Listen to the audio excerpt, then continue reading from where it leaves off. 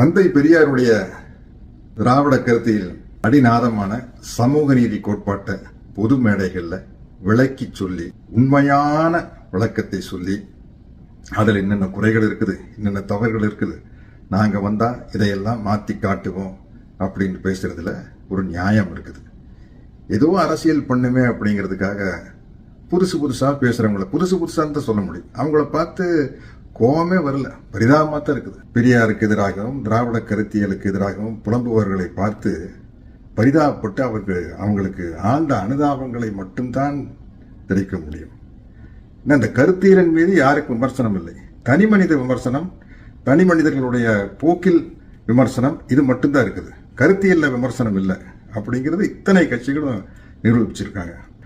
இந்த புலம்பும் நண்பர்களுக்கு என்னுடைய ஆழ்ந்த அனுதாபங்களையும் தெரிவித்துக் கொள்கிறேன். நன்றி.